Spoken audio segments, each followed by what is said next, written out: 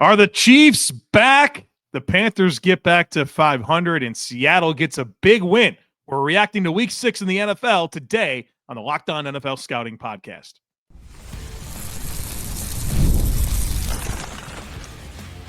You are Locked On NFL Scouting with the Draft Dudes, your daily podcast for NFL and college football scouting. Part of the Locked On Podcast Network, your team every day. What's better than this? It's guys being dudes here on the Locked On NFL Scouting Podcast. We're the Draft Dudes. I'm Joe Marino from Locked On Bills. He's Kyle Krabs from Locked On Dolphins. And we are your NFL experts here with you daily to talk team building across the league on the Locked On NFL Scouting Podcast with the Draft Dudes, part of the Locked On Podcast Network, your team every day. Want to issue a big thank you, shout out, and welcome to our everydayers. Those of you who never miss a single episode, we appreciate you all being here very, very much. This episode is brought to you by Mazda. Like our players, we sweat every detail because when you make every move count, pulling off the unexpected is only the beginning. Stay tuned later for highlights in this week's Moving the Game Forward. Mazda, move and be moved. Joe, happy Victory Monday to all who are celebrating, and happy Victory Monday to Penn State alumni everywhere for a change for the Penn State Nittany Lions football program. 12 years, man. I didn't realize they were there for 12 Long years. time. Yeah. This probably should have been done after they blew that Rose Bowl to USC. Remember that? Was it Sam Darnold versus who? Yeah, it was the Saquon Barkley, Trace McSorley group, but that team was loaded. Yeah, was that the 2016 Rose Bowl, I think? Yeah, because he was drafted in 18, so probably 17, or was it? He was a freshman. He was not eligible. Yeah, he was. It was a 2017 Rose Bowl when they lost 52-49 and gave up like all the points. Penn State was up 49-35 and gave up 17 unanswered in the fourth quarter. Yeah, it's bad. Do you have a quick favorite on who you'd like to see get the job?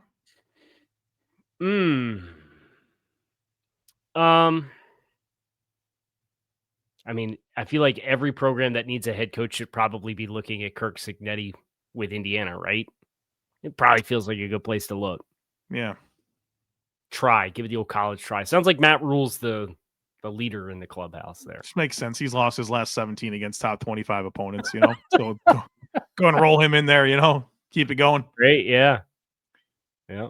All right. Week 6 in the NFL. A lot to get to here. And I don't know, I always try to think of what's the most interesting thing to start with, and it's probably Kansas City, right? They won at home, which should never be surprising, but kind of a convincing win over Detroit. Obviously, Detroit had made their own mistakes in the game, bad drop, bad penalty. Chiefs had no penalties. But I think it's a continuation of what we've seen from Patrick Mahomes in recent weeks, where it's like, oh, yeah, that guy can really go. I mean, he's still an amazing quarterback, and I think you're continuing to feel that, and he's getting Rashee Rice back next, right? This is their last game without Rashee Rice. I'm sure they feel pretty good about the direction of that offense. Yeah, they should feel pretty good about the direction of that offense, and I think this was kind of the fork in the road for Kansas City, right? Are you guys going to really do the thing and have the bottom fall out? Are you going to climb back on? And they didn't just answer the bell, but I thought it was how they answered the bell. And, a convincing win in a lot of ways, where you looked at, like, what was Amon-Ra St. Brown's final imprint on the football game? I thought that was an impressive piece of his first drop of the year on a big third down. Yeah, well, but throughout the course of 60 minutes, they largely kept him bottled up. Yeah, I agree.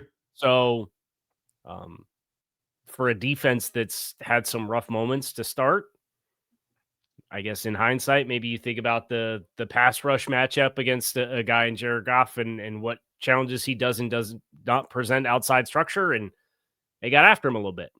And it's obviously a big win for Kansas City at the brink of going to 2-4. Yeah, I think that's the pendulum. You're 3-3 or 2-4 going into, they got some more challenging games coming, right? They get Buffalo in a couple weeks. They've got Washington, Denver, the Colts. That's all part of their upcoming slate after they get past Vegas here next week. So They got a chance here to stack and get some important wins for them and where they want to go. Meanwhile, well, I guess Denver won. Technically, yeah. They finished the game. There was more points for Denver than there was the Jets, but they win and the Chargers also win. So it's obviously not only are you not 2-4, but you didn't fall into a bigger hole against the rest of your division. Right. We should probably get this Denver game out of the way, right? Yeah, I mean, everybody woke up and watched it, right? 82 yards offense, minus 10 net yards passing. The forward pass eludes us. The Jets had 55 penalty yards lost and 82 yards of offense. Yeah, really, really strong effort. They're so capped by Justin Fields and his inability to execute the passing offense. It's just caps a football team, right? Like, okay, you can play competitive defense, like maybe you can run the ball a little bit, but when you have literally no prayer of being consistent throwing the football, it's not just like completing a pass count. It's like doing that enough for it to matter. It's hard for Fields, man. He doesn't see it. He doesn't throw it. He takes sacks that are like completely his fault. And it just became like you're watching that game, and every time Fields dropped back to pass, dude, you know what everybody thought. He's getting sacked. And then he did over and over and over. And for them to not run the ball there at the end, to just get it to is, even if it's a long field goal for Nick Folk, give him that chance over putting the ball in Justin Fields' hands as a thrower. You just can't do that. I'm sorry. I thought 9 for 55 was penalties and penalty yardage. That was sacks and sack yardage lost. You can see how you can get that crossed up. Those are my bad. More typical correlative numbers. Yeah. Yeah, I think come out of this game with some fair questions for Denver offensively. Oh, absolutely. Yeah. At the end of the day, we made just enough plays down the stretch to make the late score necessary with the 12-play, 65-yard drive to get in field goal territory. You're turned back inside the 10-yard line. Defense holds. You force a punt. Minus 7 yards. 1 yard. What was the Jets? This drive summary should be fun. 4 plays, 3 yards, 3 points. 4 plays, 1 yard, 3 points. That was the first quarter for the Jets offense. They just punted a million times in a row, dude. It was 8 plays for 4 yards and 6 points off of it. Because they got the short field. They got the short field on the giveaway. 8 yards. 10 for 31 before half. Oh, before the half drive was unbelievable when they did the fake punt. They did the fake punt and then didn't try to score. The most least urgent 2-minute offense possession in the history of mankind. You can't ask Justin Fields to run it, dude. He's got to see it and throw it. He can't do it. Feels like we're running up into that portion of the season for some teams where it's just like it becomes apparent, like the blame game and the assignment of responsibility for things and whatnot, and it's you're deep enough in where it feels like there's certain things that are just apparent. It's like they can't do it. They don't have what they need to do this, so they have to try to problem solve and win games in different ways. And what this offense is showing was, I forget, it was one of the Jets beat reporters was like, source texted me and said the offensive coordinator's got to walk home or swim home to New York after this game during the game. And I'm like, I don't know. Like, I'm watching slant flat and the flat's wide open and we're not throwing the ball to the flat. Like, it's like, you just have to execute the offense. Yeah. You want to stick anything else in here? AFC West, we had the forgettable Titans-Raiders game. Let's do that one. What is there to say? I mean, a couple of bad football teams going at it. Just be leery of what we're doing with Cam Ward. Taking a bunch of sacks again, 6 sacks in this game. Like the scar tissue, bad habits. 38 dropbacks, 15 passes in a game that is a 10-point margin of victory. Yeah, I don't know. I mean, it's a little bit like with Cleveland. It's like you passed the ball 52 times in a game that was never completely out of hand. You got to give these quarterbacks a chance, right? It's hard to just be one-dimensional if you're a great quarterback, much less a rookie. Yeah. So it's pretty gross. All right, we'll continue this discussion here on the other side of it and talk about that big win for Seattle going into Jacksonville and getting a dub. Folks, be sure to stick with us. You know how the saying goes, look good, feel good, feel good. The problem is that most dress clothes only check one of those boxes. They look sharp but feel stiff, hot, and high maintenance. That's why there's Mitson & Main. Mitson & Main makes classic menswear with performance fabrics, so it's effortless to look sharp and feel comfortable. They actually invented the performance fabric dress shirt over 10 years ago, and they've perfected it ever since. Their shirts are stretchy, moisture-wicking, wrinkle-resistant, and machine-washable, so there's no ironing, there's no dry cleaning. And I love that you can go from the office to dinner or even out on the golf course and still feel comfortable all day. It's the feel of athletic wear, but the look of professional menswear. Right now, Mitson & Main is offering our listeners 20% off your first purchase at mitsonandmain.com with promo code LOCKEDONNFL20. That's Mitson, spelled M-I-Z-Z-E-N, and Main, M-A-I-N.com. Promo code LOCKEDONNFL20 for 20% off. And if you'd rather shop in person, you can find Mitson & Main stores in select states. This episode is brought to you by Mazda's Moving the Game Forward. For those who believe it's not just about playing the game, it's about redefining it. There are moments that do more than put points on the board. They move crowds, move culture, and keep moving the game forward. This week's moment that moved the game forward is Bo Nix's game-winning drive against the Jets. In a game that featured 24 drives and 12 punts, the Broncos found a field goal when it mattered most and challenged the Jets to respond in a game that they had 82 total yards and Justin Fields took 9 sacks. In a game that set football back decades, Nix brought us back to the early 2000s on that drive, which featured 3 plays that gained at least 10 yards. When you follow what moves you, the unexpected is only the beginning. And just like there's more to every highlight, there's more to a Mazda vehicle. Mazda, move and be moved.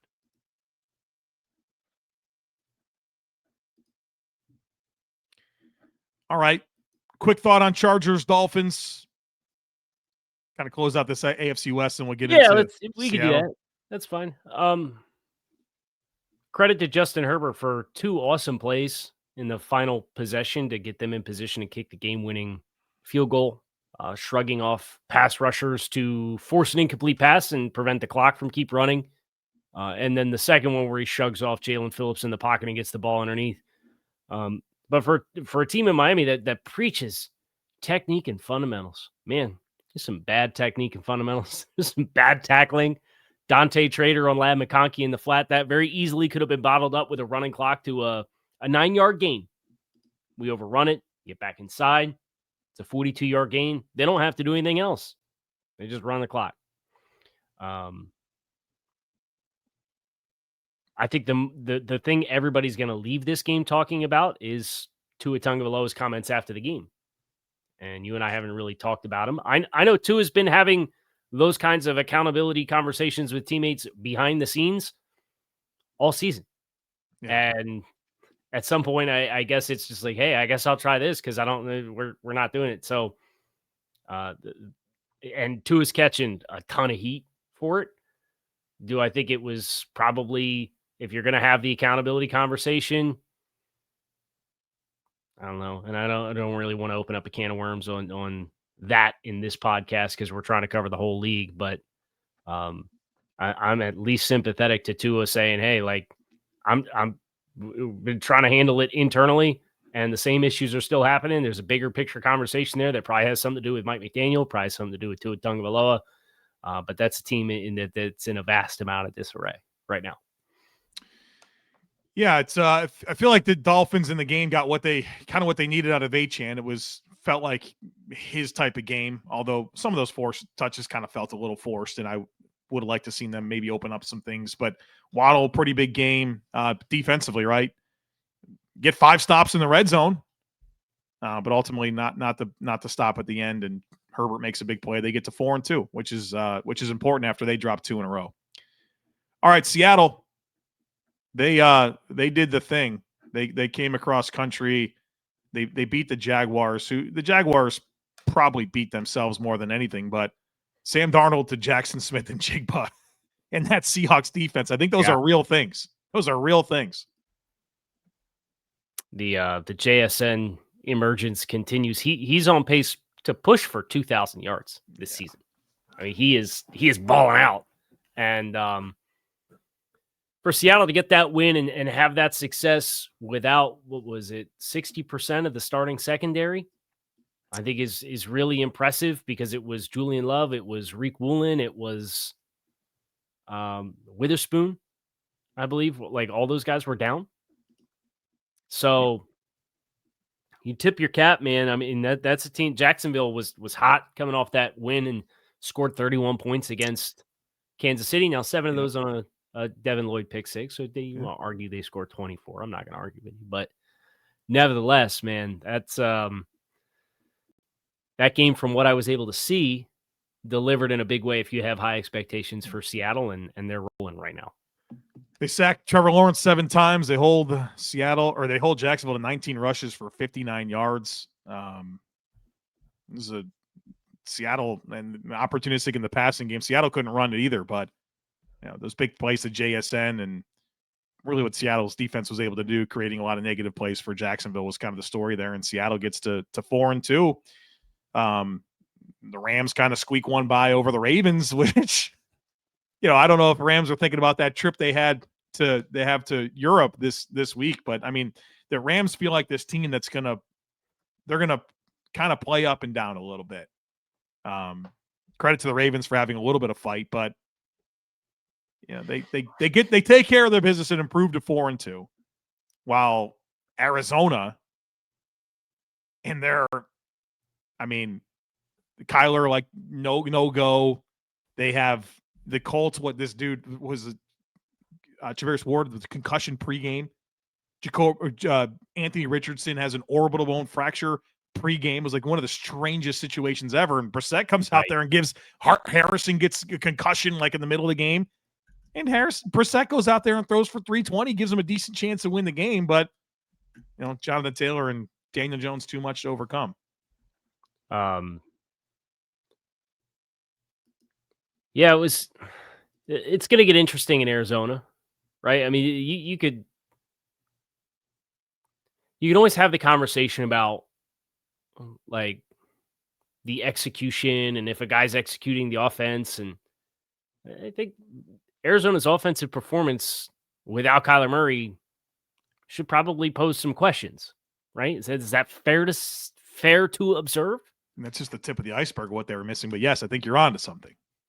So that's one of those we've kind of opined about Kyler Murray and his status already this season. That's when we talked about transition quarterbacks and bridge quarterbacks and reclamation project quarterbacks. And I don't know, if I'm Arizona, I'm probably starting to have those conversations. Yeah. Right.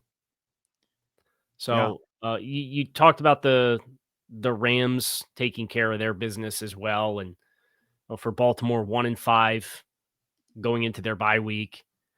They got Derrick Henry rolling a little bit. They also got Snoop Huntley was back out there and looked exponentially better than Cooper Rush. Yeah. Which we don't lambast Eric DeCosta a whole lot. But they picked Cooper Rush to be the backup quarterback this offseason. Yeah. And Snoop's a Pro Bowler for them, so you got to give him. You got to be mindful of that. Here, they did get Derrick Henry rolling a little bit, but they should have got him a little bit more rolling because they had 2 failed tush pushes with Mark Andrews. How about you just hand the ball to Derrick Henry? Yeah, I was like, what are we doing here? But ultimately, the Ravens are 1-5, and they get Lamar and Roquan Smith back after their bye, which is this week. They're idle. So they go into this bye week 1-5, coming out with a game against the Bears. See if they can. I mean, then they get Miami, Minnesota, Cleveland, and the Jets and the Bengals. They're coming out of this bye saying, "Hey, let's go win some games." Right? Like they probably think they can get back to 500. They should think that. Right. And then see what happens later when you get some tougher tests. They will have a chance to be at 500 if they win their next 4 games by the time they play Pittsburgh for the first time. Yeah, I think they could be above 500. Why can't they beat the Bears, Dolphins, Vikings, Browns, Jets, Bengals, and Steelers? Well, and into the Steelers. Right. It's not over. Not over for Baltimore. You shouldn't think that. They have a reasonable chance. And the rest of that division doesn't have anything. You got to play the Steelers, and you get to play them twice. And you should be a lot more healthy than you are right now. Right. All right, we'll get into the rest of it here in just a moment, including the 500 Carolina Panthers. That's next. Folks, be sure to stick with us. When the opening whistle blows on a new repair, get your crew moving forward with Supply House. Order today and see parts on your doorstep tomorrow. Over 280,000 plumbing, HVAC, and electrical items from the most trusted brands in the business. Their real-time inventory and honest lead times keep you from punting projects, while their industry-leading customer service always has your blind side covered. Need parts faster for a project? Well, Supply House has next-day delivery. Talk about a game changer. The Part Finder tools and 3D schematics can save you hours on jobs where every detail matters. The Trademaster perks like priority shipping and dedicated support make the whole process smoother. So join that free Trademaster program today and score serious perks like priority shipping, lower prices, and a dedicated support line. Visit supplyhouse.com to sign up for free and use promo code SHNFL5 for 5% off your first order at supplyhouse.com. Real people, real service.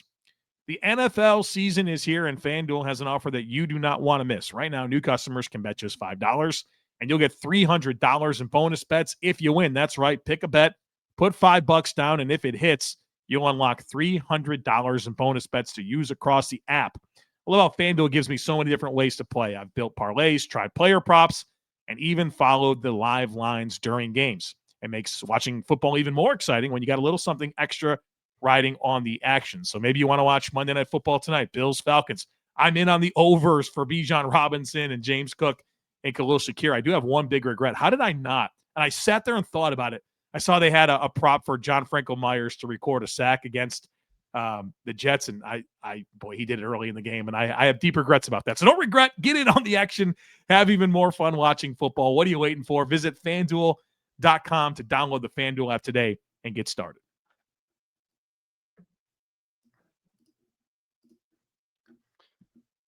All right, where do you want to go next? Carolina, go Carolina. 3-3, Kyle. Keep pounding. 3-3, baby. Rico Dowdle. Right. 400 yards the last 2 weeks. Nobody can stop this guy, man. Oh, what did he get, a 1-year, $2 million deal? Nobody wanted him. Dallas didn't want him. After 1,000 yards for Dallas, he said, yeah, you're good. Dallas We'll go out here. We'll go out and get 19 rushes for 31 yards against the Carolina Panthers. Well, Rico Dowdle gets a $183. So is the bigger story Carolina's run defense the last 2 weeks or Carolina's run offense the last 2 weeks? Yes, I think it's both. They're killing it on both sides of it, man. And the Dolphins ran the ball reasonably well against the Chargers. It's not, you know what I mean? It's not like it's completely impossible to run the ball. You know, you watched them against Carolina, and they said, we're going to run the ball 8 times, and 6 of them are going to be to the left, and we're going to run outside zone. They ran pin and pull to the right on their first run, and they got a touchdown out of it. They've 31 yards to Dallas on the ground, 19 to Miami. This was the worst rushing defense maybe the world's ever seen last year. All that money. As Rivera said, don't throw that shovel of dirt on me just yet. I'm going to have a little something to say about it. Derek Brown, man. Maybe he's the NFL MVP. Man, he is a stud, though. He is a stud. Good player. Give him credit, dude. They're 3-3. They got a couple of wins at home. They got a win against Atlanta already. They do have a win against Atlanta. A 30-0 win over Atlanta. I mean, look, they get the Jets next week. They got a good chance to be 4-3. They got the Bills, Packers, Saints, Falcons, Niners, Rams after that. But I think that's important, dude. They started this year 0-2, didn't look strong. You know, you're like, I don't know. And for them to scratch and claw and get back to 500, at least kind of gives them some momentum and see where it goes. And I think that's one thing we've maybe learned in a brief tenure of Dave Canales is like they're going to compete, right? They're going to keep pounding, right? So I would love to talk about Tampa Bay. 2-score win over San Francisco, who falls to 4-2. Obviously, best wishes to Fred Warner. That feels like it could be one of those ones you don't get back from, right? Where he's an incredible talent. Yeah. And really ugly injury for him. But Tampa scores 30 points, Joe.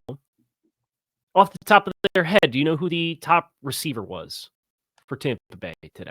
or yesterday? Because I watched the game. Yes, I do know. Cameron Johnston, 4 for 64. Do you know who the second leading receiver was for Tampa Bay? Old Faithful, Baker's buddy. Sterling Shepard, 2 for 51. K. Dotton, 5 for 51. Tez Johnson, 1 for 45 and a touchdown. Emeka Egbuka with a hamstring, 2 for 24. Shad White, 3 for 21. Those are the only people that caught passes for Tampa Bay. I'm like, I don't care. Obviously, he's hurt. No Chris Godwin. He's hurt. Cameron Johnston, Sterling Shepard, Egbuka goes down with a hamstring in the game. 30 points. 30 points. Baker's the dude, man. The third down run that he had into the bomb to Tez Johnson, it's like, I don't know. I just couldn't stop smiling. Like, that was, I mean, if you just like football, like you're like, wow, that dude just did it. He just did the thing right there, man. He's a dude, man. I think we both agree that he's the MVP probably right now through 6 weeks. Yeah, he'd been my pick last week, and then they beat a 4-1 San Francisco team, and Cameron Johnson was the leading receiver. So the depleted team didn't have Bucky, right? They didn't have the top 3 receivers or Bucky. They didn't have their top 3 receivers or Bucky Irving. And 49ers fans don't want to hear it because this team is hammered by injuries again, and they deserve credit for it. Yeah, Ajax not available. It's insane. It's insane. The fact that the 4-2. And look, Mac Jones threw 2 picks in this game. I don't know. I think the guy's still kind of dealing. Yeah. Kind of late in the game. I mean, I don't take much exception with it, but I mean, they can win games with Mac Jones. I think that's pretty apparent. But Baker, you know who I think was number 2 in MVP is probably Drake May, man. This guy, I think he's just going to convert every third down. Every single third down, I think he's going to get it. Doesn't matter how far it is. He just friggin' figures it out. And they were able to do it a different way. I mean, it wasn't the Diggs and Henry show for New England this week. It was Sean Butte and Demario Douglas. And Douglas has been kind of quiet this year so far. And those guys combined for 3 touchdowns and like 150 yards. They didn't run the ball well. It's Drake May, dude. Just ready to say it's another whopping 2.5 yard per carry performance for the Patriots on run game too. Both of those guys, Bucs hadn't run the ball this year. Patriots hadn't run the ball this year. These quarterbacks are figuring it out. At what point do we have a conversation around Spencer Rattler being a surprise? He can play a little bit. Yeah, he's not the world's worst quarterback. Yeah. And sturdy performance. Unfortunately, not enough. But had you in a position to potentially win the game, obviously you lose by 6 points, and what they had 2 possessions after the field goal in the fourth quarter, I believe. One was a fumble near midfield, and then they couldn't get a drive together and then punted the ball back and couldn't get the ball back. Didn't get it back. That was, what team was it that had like a 6-minute? It was the Panthers. The Panthers had like a 6-minute drive at the end of the game. The Cowboys never got it back. I think Rattlers had a reasonable chance to win. Yeah, 7-point loss to Arizona, 5-point loss to Stanford, where it was closer. What was it, 5 minutes? Yeah, they had their chances. There was one score game within 5 minutes. They had their chances. Yeah, Josh did the Baker thing with a run and a throw at the end.